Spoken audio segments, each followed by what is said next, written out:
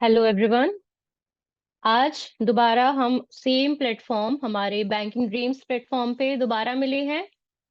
Pardon for yesterday. देखिए, कल कुछ टेक्निकल इश्यूज हो गए थे जिसकी वजह से हमारी चलती हुई क्लास इन बिटवीन रुक गई थी।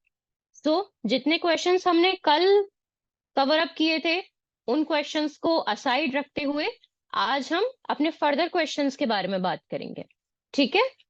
तो I wish everyone is doing good, doing well in studies. पढ़ाई में अच्छा करते रहिए, ध्यान से पढ़ते रहिए, मोटिवेटेड रहिए। बीच बीच में हम आपको मोटिवेटेड रखने के लिए भी हम कुछ ना कुछ डिस्कशंस करते रहेंगे। बट चलिए अब चलते हैं हमारे जल्दी से नेक्स्ट क्वेश्चन पे। ओके, तो देखिए हमारा पहला सवाल जो है वो हमसे ये पूछ रहा है। एक मिनट। हमारा पहला सवाल हमसे ये पूछ रहा है फ्रेंड्स, इसके बारे में हमने डिस्कशन कल किया था पर ये आधा डिस्कशन ही है वीडियो में, तो इसे आज दोबारा से पढ़ते हैं। तो ये सवाल है हमारा कि the World Bank WB has introduced how much a 7 year plastic waste reduction linked bond which will be issued by the International Bank for reconstruction। पहला शब्द यहाँ आता है फॉर रिकंस्ट्रक्शन एंड डेवलपमेंट। तो देखिए यहाँ जिस बोर्ड के नाम आया है उसका नाम है international bank for reconstruction and development. ठीक है, जिसका नाम है, शॉर्ट फॉर्म है IBRD। इसके बारे में बात करेंगे। इससे पहले चलिए एक दो पॉइंट जानते हैं हमारे वर्ल्ड बैंक के बारे में।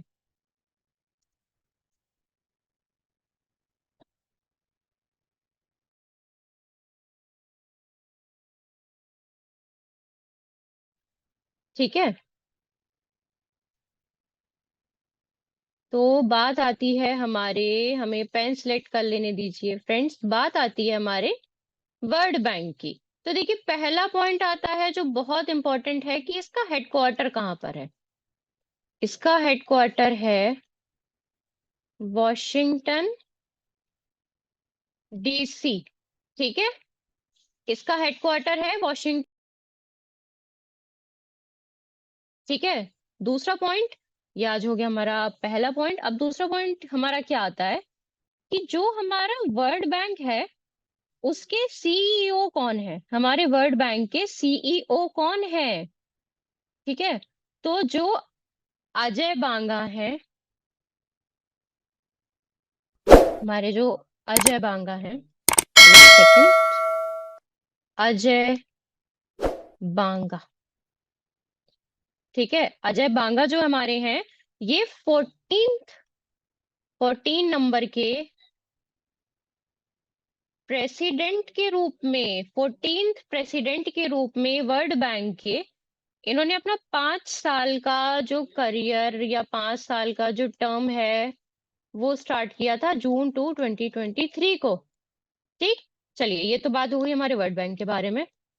इसके बारे में बात, इसके बाद चलिए फ्रेंड्स बात करते हैं हमारा सवाल क्या कह रहा है। तो देखिए हमारा सवाल यहाँ पे सीधा सा है कि जो वर्ल्ड बैंक है ना हमारा, उसने एक इंट्रोड्यूस किया था कितना अमाउंट, कितनी million USD, how much million USD introduce की 7 year plastic waste reduction link के लिए। अब देखिए प्लास्टिक वेस्ट आज के टाइम पे बहुत जरूरी है। प्लास्टिक हम यूज करते हैं, फेंक देते हैं, तो प्लास्टिक की वजह से एनवायरमेंट खराब हो रहा है। ठीक है, तो उसके लिए एक बॉन्ड साइन किया गया, एक बॉन्ड बनाया गया जिसे हमारे IBRD के अंडर साइन किया गया था। ठीक है, तो यहाँ हमारे ऑप्शन है कि उसका टोटल अमाउंट कितना था। अमाउंट कितना था उस बॉन्ड का? 50 मिलियन, 80 मिलियन, 120 मिलियन, 100 मिलियन और 90 मिलियन। चलिए सोचिए फ्रेंड्स, इसके बाद मैं आपको इसका आंसर बताती हूँ। तो देखिए इसके बारे में अब आगे बढ़ते हैं। इसका करेक्ट आंसर है फ्रेंड्स डी। हमारा जो टोटल अमाउंट था डेट वाज ऑप्शन, ये है हमारा ऑप्शन डी।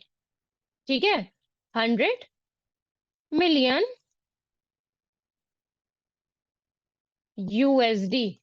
ठीक, अब इसमें एक पॉइंट और ऐड करते हैं।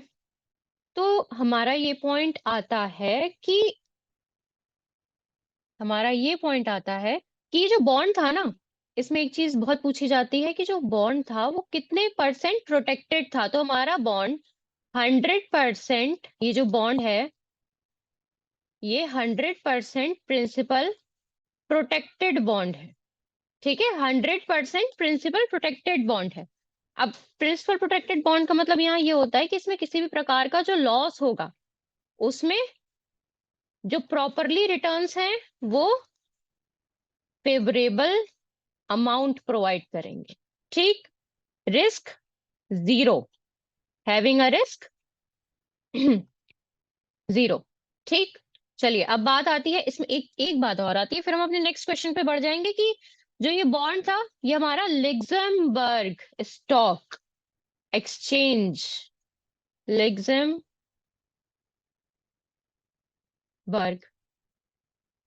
स्टॉक एक्सचेंज की लिस्ट में इस बॉन्ड की बात हुई थी। ठीक है, ये पूछा जाता है जनरली कि ये जो हमारा plastic waste reduction linked bond है इसे किस लिस्ट के अंडर निर्धारित किया गया था। तो ये निर्धारित किया गया था दोस्तों लग्जमबर्ग स्टॉक एक्सचेंज इन लग्जमबर्ग इटसेल्फ। ठीक, चलिए अब आते हैं हमारे, आई होप ये एक्सप्लेनेशन आप सभी को क्लियर होगी। ये लास्ट वीडियो में भी है पर मैंने इसको दोबारा कवर कर दिया ताकि वहां पे अगर टेक्निकल इश्यूज की वजह से आपको समझ ना आया हो तो आपको कोई प्रॉब्लम ना हो। ठीक, चलिए अब आते हैं हमारे दूसरे सवाल पे जो है एसबीआई के बारे में। अब पहले पढ़ते हैं हमारा सवाल कि सवाल क्या कह रहा है, उसके बाद हम एसबीआई के कुछ स्टैटिक पॉइंट्स की बात कर लेंगे। ठीक है, तो हमारा सवाल कह रहा है कि the SBI has eliminated the fraud designation. SBI के पास राइट है कि वो किसी लिमिटेड को, किसी प्राइवेट लिमिटेड को on the basis of its capital, its income और एक्सपेंडिचर और we can say the total loss, इसके बेसिस पे एसबीआई के पास देखिए फ्रेंड्स राइट होता है कि किसी भी प्राइवेट लिमिटेड को फ्रॉड, वो फ्रॉड है या नहीं है इसका डिजिग्नेशन दे सकती है, उसको डिजाइन कर सकती है। ठीक, तो हमारे संग हुआ ये था कि प्रीवियसली जो हमारा सेंट्रल फ्रॉड रजिस्ट्री डाटाबेस था, ये एक रजिस्ट्री डाटाबेस है, सेंट्रल फ्रॉड रजिस्ट्री डाटाबेस, जिसमें वो सारी कंपनीज का नाम होता है जो कि फ्रॉड लिस्ट में ऐड की गई। ठीक है, तो हमारी जो एसबीआई थी उसने एलिमिनेट कर दिया था ये फ्रॉड डेजिग्नेशन जो कि सेंट्रल फ्रॉड रजिस्ट्री डाटाबेस के अंडर दिया गया था। ठीक है, दिल्ली हाई कोर्ट में, दिल्ली हाई कोर्ट का फैसला था ये। ठीक है, अब ये पूछा गया है, सवाल हमारा पूछ रहा है कि किसके ऊपर से ये नाम हटाया गया है कि वो फ्रॉड है, किस कंपनी के ऊपर से हटा दिया गया जनाब कि वो फ्रॉड है। तो हमारे ऑप्शंस यहाँ दिए हैं कि कोटक महिंद्रा के ऊपर से हटा क्या, या एल एंड टी फाइनेंस, या जंबो फिनवेस्ट, या रेलिगेयर फिनवेस्ट, या इंटेक कैपिटल, किसके ऊपर से फ्रॉड हटा दिया गया। तो यहाँ पे हमारा आंसर है फ्रेंड्स कि जो हमारी D, Religare Finvest, Religare Finvest limited है, इसके ऊपर से फ्रॉड का जो डेजिग्नेशन है वो हटा दिया गया है। ठीक है, अब चलिए बात करते हैं कुछ एसबीआई के की पॉइंट्स के बारे में बात करते हैं। ठीक है, तो चलिए पहली बात, मैं आपको कुछ सेकंड्स का टाइम देती हूँ, खुद सोचिए कि एसबीआई का हेडक्वार्टर है कहाँ, एसबीआई का हेडक्वार्टर कहाँ है। इसका हेडक्वार्टर है फ्रेंड्स मुंबई में। ठीक है, एसबीआई का हेडक्वार्टर है मुंबई में। ठीक, ये कॉरपोरेट सेंटर है। ठीक है, कॉरपोरेट सेंटर जो है एसबीआई का ये मुंबई में है। अब एसबीआई की देखिए अगर आप टोटल बात करें तो वहीं पे 17 लोकल हेड ऑफिसेस हैं।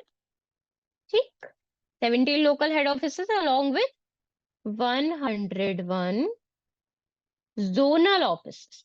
ओके, चलिए अब बात आती है, क्या आपको पता है कि सीईओ कौन है, एमडी एंड सीईओ कौन है हमारे एसबीआई फंड्स मैनेजमेंट के, do you know CEO SBI के कौन है।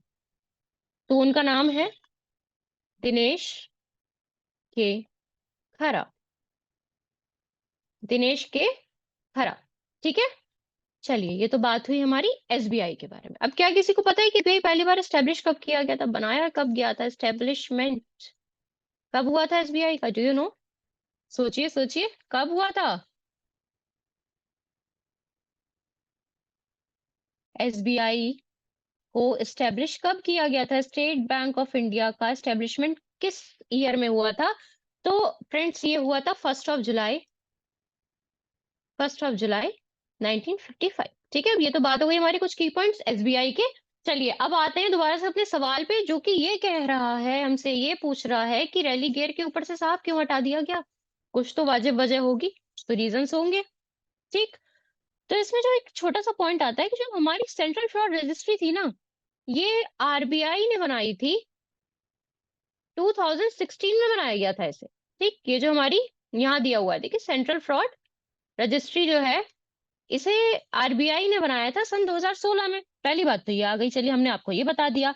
अब आता है कि फ्रॉड, मैंने आपको बताया था कि जो फ्रॉड कंपनीज हुई, फ्रॉड कमर्शियल बैंक्स हुए, मतलब जो कमर्शियल बैंक्स वगैरह हैं, उनको फ्रॉड की लिस्ट में रखने का काम, वो फ्रॉड है कि नहीं ये पता करने का काम रजिस्ट्री करती है। ठीक है, ये बात भी हम कर चुके थे। अब बस लास्ट एक पॉइंट इसमें और ऐड करने का है आपके लिए कि जो करेक्टिव एक्शन प्लान था, गिव मी अ सेकेंड, जो करेक्टिव एक्शन प्लान था फ्रेंड्स, करेक्टिव एक्शन प्लान मतलब इन फ्रॉड कंपनीज को रिजुविनेशन का काम कह सकते हैं आप।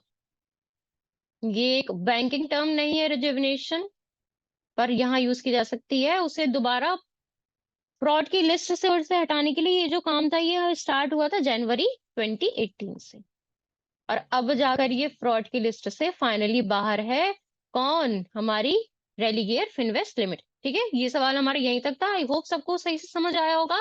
और मैं एक पॉइंट और आपके आगे ऐड कर दूं कि अगर हमारे किसी भी सवाल, मेरे समझाए हुए किसी भी सवाल में आपको किसी भी टाइप का कोई इशू है, देन हमारी कमेंट सेक्शन, हमारा कमेंट सेक्शन देखिए फ्रेंड्स 24/7 आपके लिए अवेलेबल है, ओपन है। ठीक है, we will be answering any doubt of yours, any doubt. ठीक है, चलिए अब आते हैं हमारे सवाल पे। हमारा सवाल यहाँ कह रहा है कि जो टीआई है, टीआई क्या है? टीआई है ट्रांसपेरेंसी इंटरनेशनल। टीआई इसने रिलीज किया था corruption perception index, CPI, corruption perception index 2023 on January 30, 2024। India की रैंक क्या है? Do you know? देखिए चलिए जानते हैं इसे। इंडिया की रैंक है हमारे फ्रेंड्स, इंडिया है हमारा 93rd रैंक पे। ठीक, इंडिया है हमारा 93rd रैंक पे। तो देखिए सीधा सा सवाल है कि जो ट्रांसपेरेंसी इंटरनेशनल टीआई है, उसने करप्शन परसेप्शन एक इंडेक्स दी थी साहब, करप्शन की एक इंडेक्स दी थी, सीपीआई जिसको शॉर्ट फॉर्म में कहा गया, 2023 में आई थी। ठीक है, मतलब ये 2023 की जो इंडेक्स है, उसको जब जनवरी 30 में देखा गया, जनवरी 30 को रिलीज किया गया, तो उसमें पाया गया कि हमारी इंडिया जो है 93rd रैंक पे है साहब। ठीक है, ऑन के बेसिस ऑफ करप्शन। अब इसमें टोटल कंट्रीज कितनी थी? कितनी टोटल कंट्रीज? 180 कंट्रीज में से, एक दो नहीं, 180 कंट्रीज में से 93rd रैंक पे थी हमारी इंडिया। ठीक, चलिए अब इस कंट्रीज में देखिए बेसिक सी बात है, कंट्रीज भी होती हैं इसमें, टेरिटरीज भी होती हैं। ठीक है, तो इन्हें रैंक किया जाता है ये देख के कि इनके जो पब्लिक सेक्टर है ना, आपसे ये सवाल पूछा जा सकता है कि किस बेसिस पे ये इंडेक्स बनाया जाता है, किस सेक्टर को मद्देनजर रखते हुए तो ये बनाया जाता है साहब, हमारे पब्लिक सेक्टर को देखते हुए। प्राइवेट सेक्टर का इसमें रोल नहीं होता है। ठीक है, अब चलिए जब बात हो ही रही है यहाँ पे इंडेक्स में के बारे में, तो एक दो इंडेक्स के बारे में और बात कर लेते हैं। तो हमारे वो एक दो इंडेक्स क्या है? पहला तो हमारा इंडेक्स जिसमें इंडिया की रैंक क्या है वो जान लेते हैं, चलिए जल्दी जल्दी। तो इंडिया की हेनले पासपोर्ट इंडेक्स में, हेनले पासपोर्ट इंडेक्स में, जो कि 2024 का था। ठीक है, इसमें जो रैंक 1 थी साहब, वो तो फ्रांस की थी। ठीक, रैंक 2 जर्मनी की थी। ये हमारे लिए उतना इंपॉर्टेंट नहीं है, पर ये जानना इंपॉर्टेंट है कि इसमें इंडिया की रैंक क्या थी। इंडिया की रैंक क्या थी फ्रेंड्स में? Do you know? इंडिया की रैंक थी रैंक 80। रैंक 80। ठीक। चलिए, अब बात आती है एक और इंडेक्स के बारे में बात कर लेते हैं, climate change performance index. Climate कितनी जल्दी जल्दी चेंज होता है, किन परसेप्शंस के बेसिस पे चेंज होता है, ये इस क्लाइमेट चेंज और फिर उसका इफेक्ट क्या पड़ता है, एडवर्स इफेक्ट है या कैसा इफेक्ट है। क्लाइमेट चेंज परफॉर्मेंस इंडेक्स जो आया था 2023 का, जो इंडेक्स था उसमें इंडिया की 7th रैंक थी। ठीक, पहला तो इंडेक्स ये हो गया। अब एक और इंडेक्स यहाँ चलिए बात कर लेते हैं कि world digital competitiveness ranking. World digital competitiveness ranking. India की रैंक क्या है? इंडिया की रैंक है 49। और इसमें ये जो डिजिटल वाली कॉम्पिटिटिव रैंकिंग है ना, कॉम्पिटिटिवनेस रैंकिंग, इसमें टॉप किया था यूएसए ने। ठीक है, इंडिया की रैंक थी 49th। ठीक। ग्लोबल यूनिकॉर्न रैंकिंग्स में इंडिया की रैंक है 3rd रैंक। इसमें global unicorn, global unicorn rankings में 3rd रैंक है इंडिया की। ठीक है, चलिए ये सवाल इतना ही था। अब बात आती है आगे के हमारे सवाल के बारे में, जो कि है कि which state government has introduced the Delhi solar policy 2024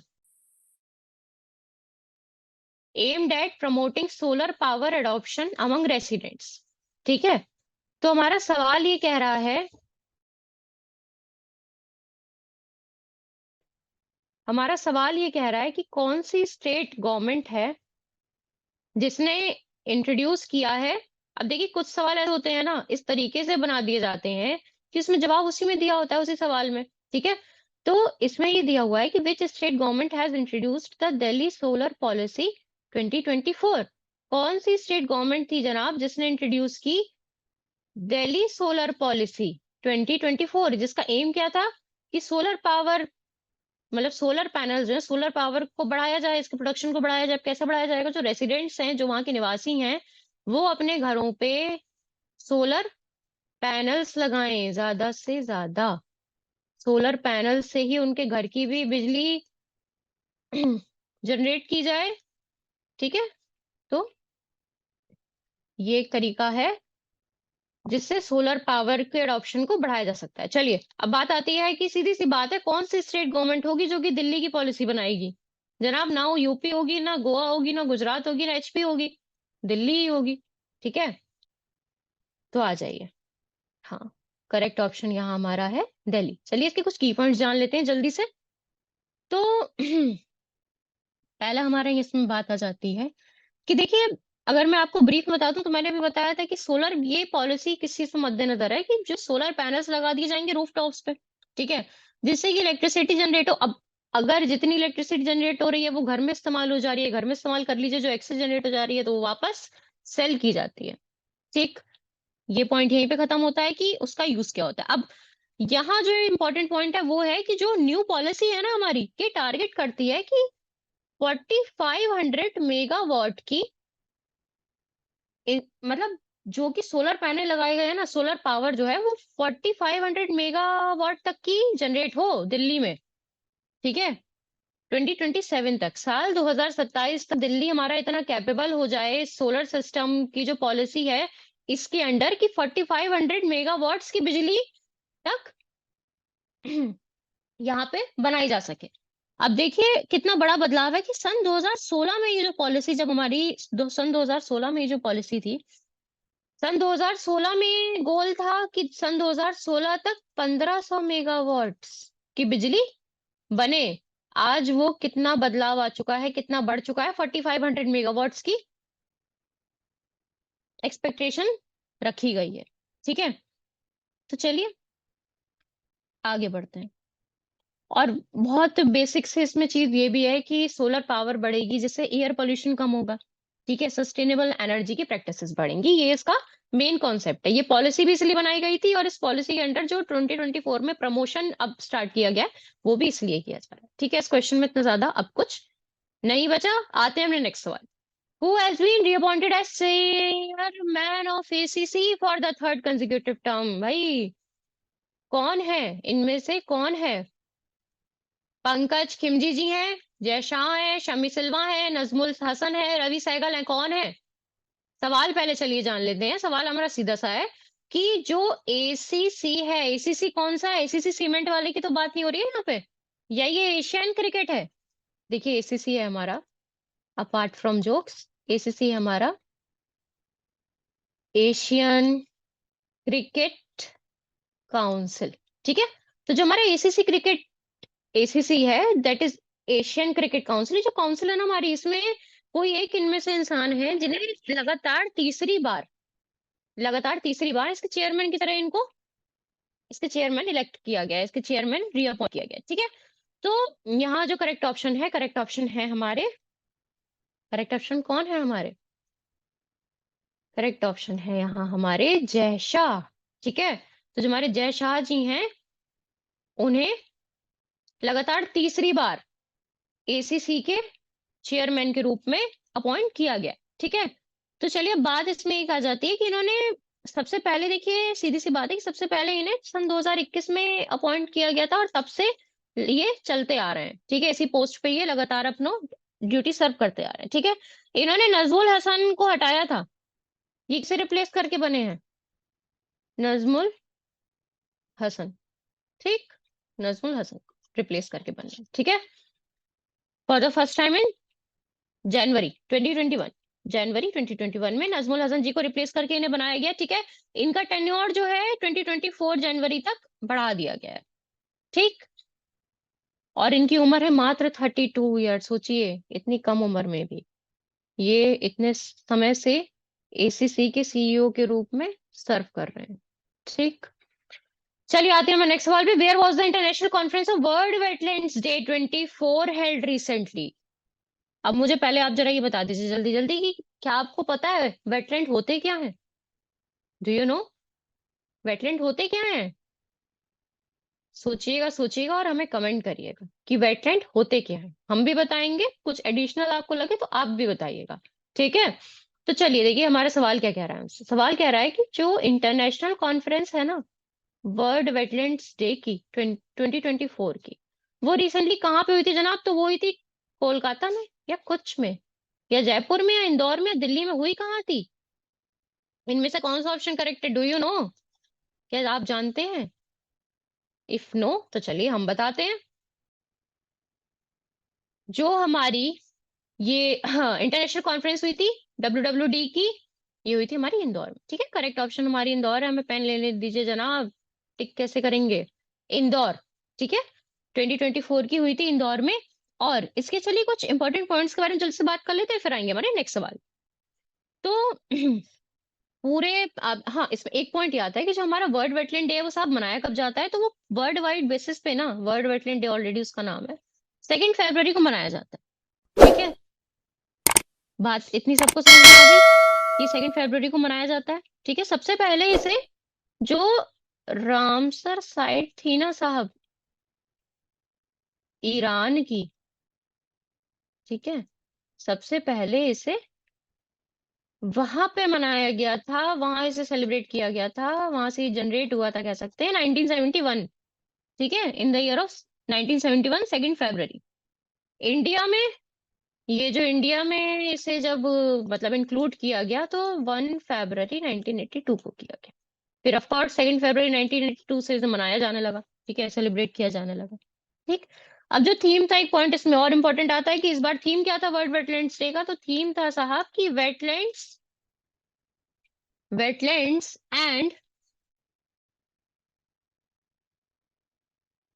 human wellbeing. ठीक है, दोनों को मद्देनजर रखते हुए, ह्यूमन एंड वेटलैंड दोनों को नजर में रखते हुए ये थीम बनाया गया, वेटलैंड्स एंड ह्यूमन वेलबींग।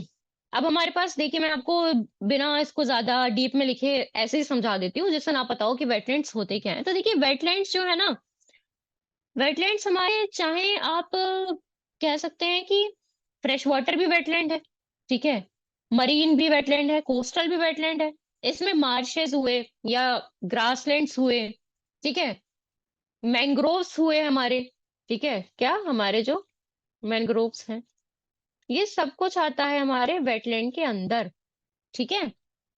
अब मैन मेड जो साइट्स हैं हमारी, जैसे हमारी राइस की फील्ड्स होती हैं ना, रिजर्वायर्स होते हैं, ठीक है, सॉल्ट पैन हुआ है हमारे, फिश पॉन्ड्स हुए, साहब ये सब वेटलैंड है, ठीक, ये सब वेटलैंड के अंडर आते हैं, ठीक है। चलिए अब इसमें एक पॉइंट और आ जाता है कि जो, अच्छा आप मुझे पहले आप बताइएगा, सोचिएगा कुछ सेकंड, कि जो हमारे फॉरेस्ट एंड क्लाइमेट चेंज के यूनियन मिनिस्टर हमारे जो हैं, यूनियन मिनिस्टर, वो कौन है, किसके, किसके कौन है, मैं पूछ क्या रही हूँ आपसे, कि जो यूनियन मिनिस्टर हैं हमारे फॉरेस्ट एंड क्लाइमेट चेंज के, वो कौन है, अभी कौन है, फॉरेस्ट एंड क्लाइमेट चेंज। तो देखिए ये सवाल, इस सवाल में ये पॉइंट क्यों आता है कि union minister forest and climate change के कौन है, क्योंकि उन्होंने ही इस थीम को डिक्लेयर किया था, ठीक है। तो उनका नाम है श्री भूपेंद्र यादव जी, ठीक है, श्री भूपेंद्र यादव जी, ठीक है। और अगर आप देखें, चलिए आगे बढ़ते हैं, ठीक है। अब आप इस सवाल में देखें तो इसमें ऐसा कोई पॉइंट हमारे लिए अब नहीं बचा है हमारे बैंकिंग पर्सपेक्टिव के लिए, ठीक है। तो आते हैं हमारे नेक्स्ट सवाल पे फ्रेंड्स।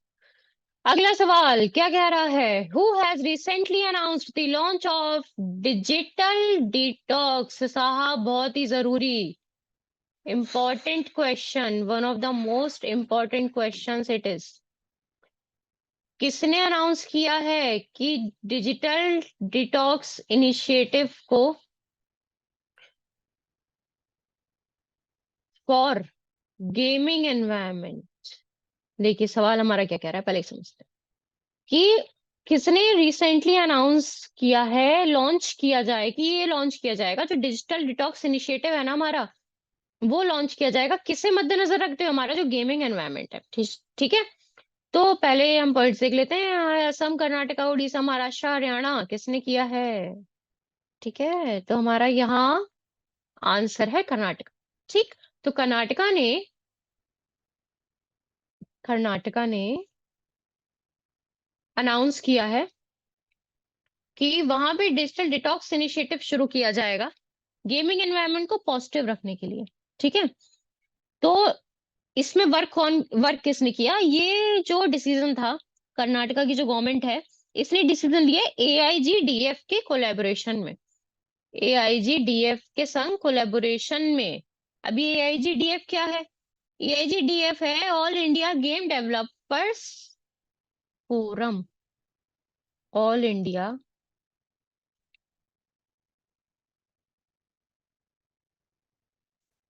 गेम डेवलपर्स फोरम, ठीक है। तो जो कर्नाटका की गवर्नमेंट है उसने एआईजीडीएफ के संग कोलैबोरेशन में ये अनाउंस किया कि जो डिजिटल डिटॉक्स इनिशिएटिव है ना, ये क्यों लाया गया। देखिए सीधी सी बात है, किसी भी चीज को आप डिटॉक्स क्यों करते हैं, हम अपनी बॉडी डिटॉक्स क्यों करते हैं, बॉडी को संतुलन में रखने के लिए, शरीर में हमारी जितनी भी प्रक्रिया हो रही हैं, क्रिया प्रक्रियाओं सबको संतुलित रखने के लिए तो बॉडी को डिटॉक्स किया जाता है, स्किन डिटॉक्स की जाती है स्किन को रिजुवनेट करने के लिए, स्किन को फ्रेश अच्छा दिखाने के लिए, ठीक है। तो वैसे ही दिन पे दिन जैसे जैसे साइबर इस्तेमाल ज्यादा बढ़ता जा रहा है, जैसे डिजिटल यूज ज्यादा बढ़ता जा रहा है, वैसे वैसे लोगों में, या आप देख सकते हैं यंगस्टर्स में, या किसी कोई भी एज का पर्सन हो, उसमें जो गेमिंग के लिए जो एक चस्का है ना, वो निगेटिव ना जाए, इस पॉइंट पे काम करने के लिए हमारी जो कर्नाटका की गवर्नमेंट थी, इसने एआईजीडीएफ के संग कोलैबोरेशन में इस इनिशिएटिव को स्टार्ट किया, ठीक है। इसके बारे में हमें किसने बताया था, जो आईटी एंड बीटी मिनिस्टर है ना, प्रियांक खरगे जी, किसने बताया था, IT and BT minister Priyank Kharge ji ने इस इनिशिएटिव में, जो फर्स्ट नाम आता है इन्हीं का आता है, प्रियांक खरगे जी का, ठीक है। अब इस सवाल में एक नाम और आता है जिसके बारे में हम बस बात कर लेंगे, फिर ये सवाल हमारा यहीं पे खत्म हो जाएगा। यहाँ एक नाम आता है निमहंस का, किसका, निमहंस का देखिए, इसमें कुछ इंपॉर्टेंस यहाँ नहीं है इतनी एक्स्ट्रा, बट हाँ, ये चूंकि यहाँ आया है, इसकी फुल फॉर्म पूछ ली जाती है। निमहंस की फुल फॉर्म चलिए हम आपको यहाँ लिख के बता देते हैं कि निमहंस क्या है। निमहंस है साहब हमारा national institute of mental health and neuro sciences. National institute of mental health and neuro science, ठीक है। चलिए, ये इसका नाम बस यहाँ पे इसलिए आया है क्योंकि जो AIGDF ने वर्क किया, इसके कोलैबोरेशन में किया था, निबंस के कोलैबोरेशन, ठीक है। इसमें इससे ज्यादा इसका कोई रोल नहीं है, ठीक। चलिए आते हैं हमारे नेक्स्ट सवाल पे। Where will the Indian Air Force start the Vayu Shakti 2024 exercise? बहुत ही ज्यादा इंपॉर्टेंट सवाल। इंडियन एयरफोर्स जो है हमारी, अपनी वायु शक्ति की एक्सरसाइज जिसमें वो डिस्प्ले करती है कि उसके पास एयर टू एयर या air to air, air to air, या आप कह सकते हैं अदर मिसाइल्स, इन सबको डिस्प्ले किया जाता है, ठीक है, सिंपली, ठीक। तो ये जो है इंडियन एयरफोर्स कब स्टार्ट करेगी अपनी वायु शक्ति 2024 एक्सरसाइज को?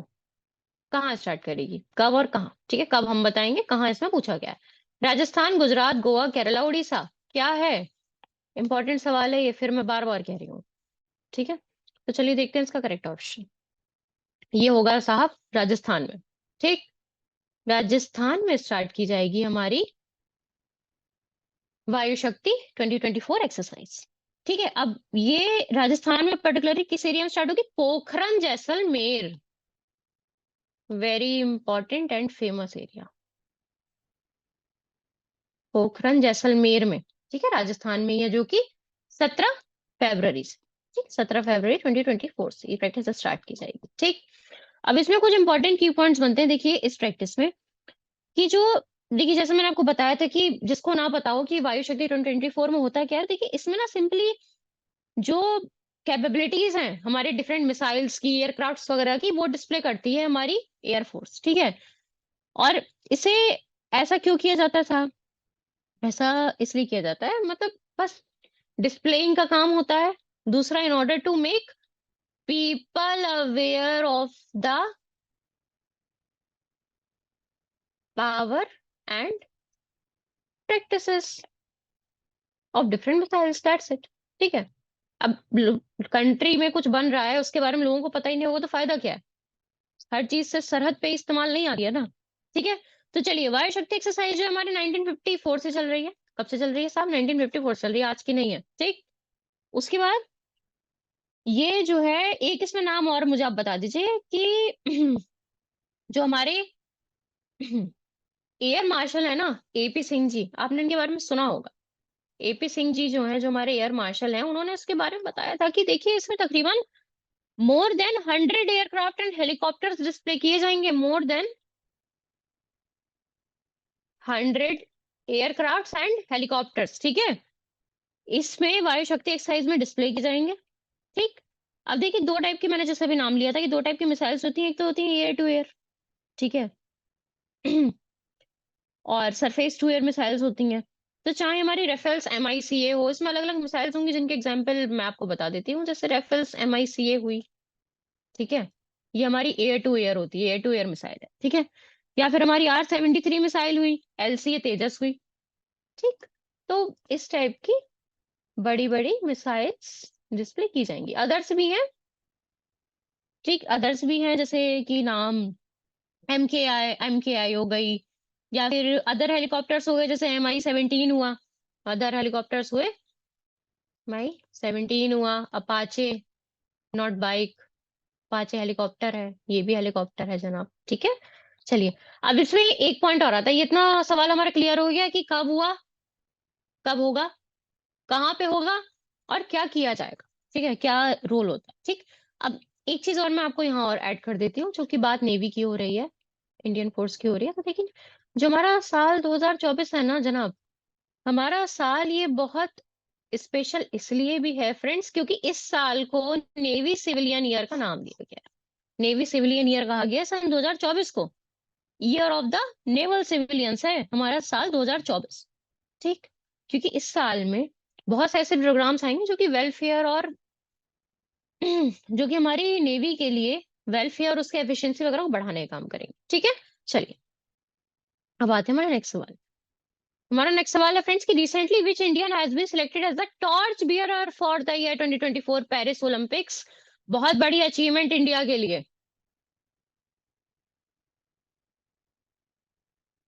क्यों?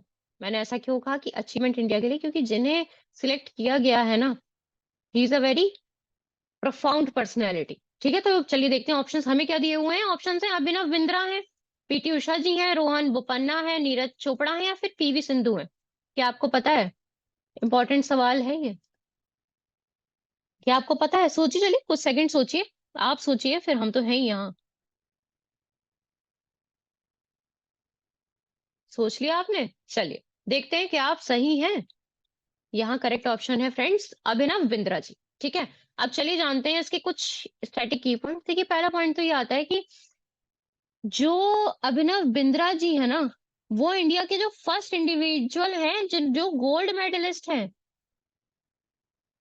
ठीक है। ठीक।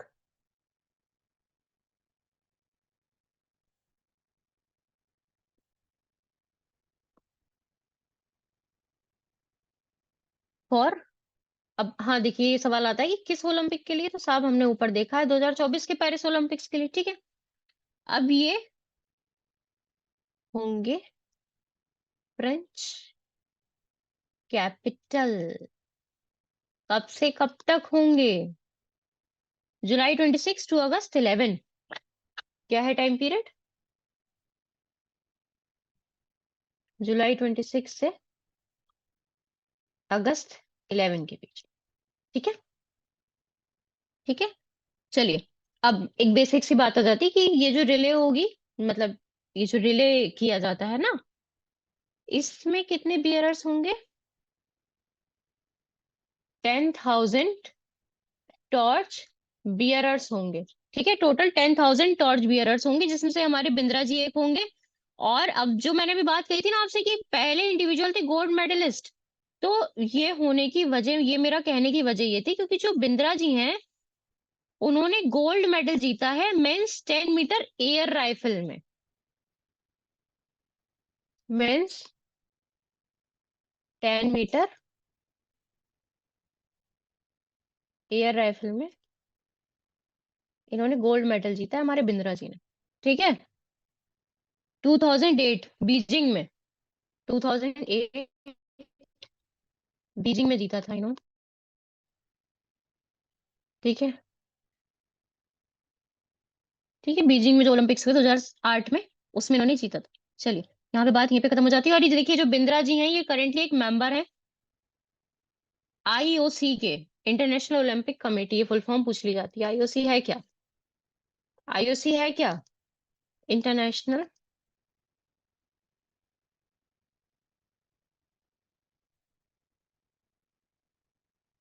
Olympic committee. ठीक है। चलिए अब आते हैं हमारे अगले सवाल पे। अगला सवाल। उंगलाई थेड़ी उंगल oral scheme is related to, किससे है? ये स्कीम है रिलेटेड, क्या कर्नाटका, क्या हमारे तमिलनाडु, क्या केरला, क्या एपी, क्या हरियाणा? किससे कनेक्टेड है ये स्कीम? कहाँ की है? क्या आपको पता है? सोचिए। Do you know?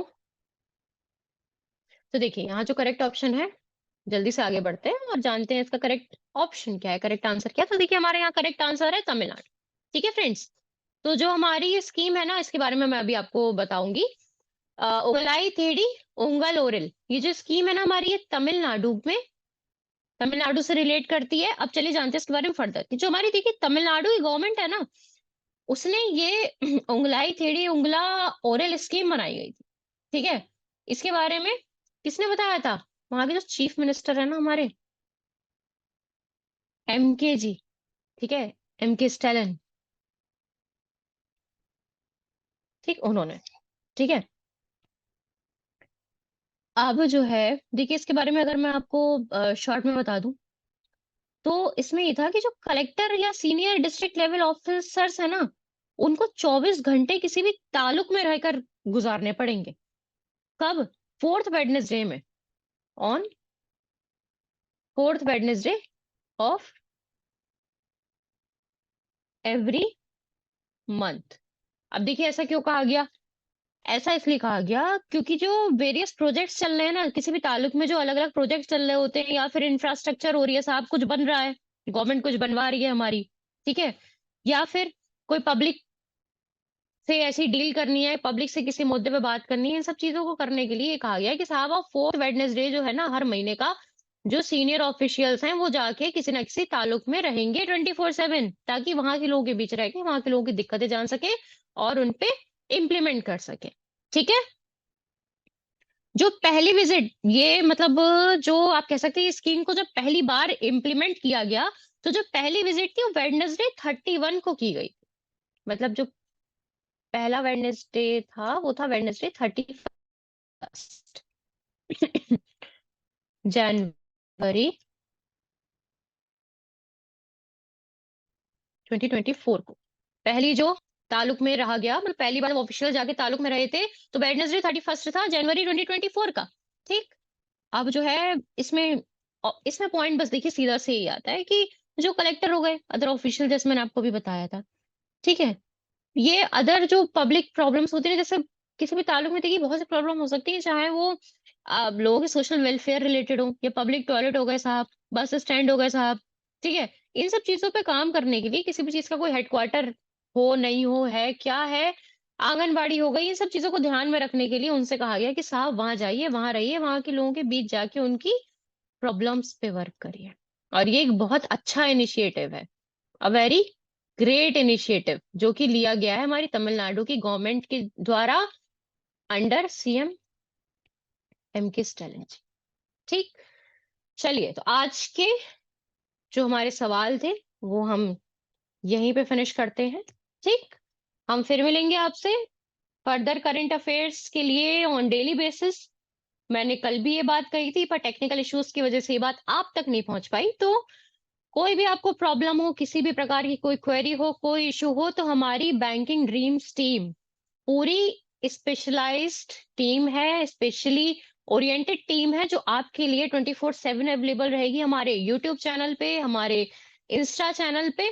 आप वहां आइए, कमेंट करिए, हमसे बात करिए, हम लाइव सेशंस लेंगे और हम सभी बैंकिंग एग्जाम्स को कवर करते हुए चलेंगे।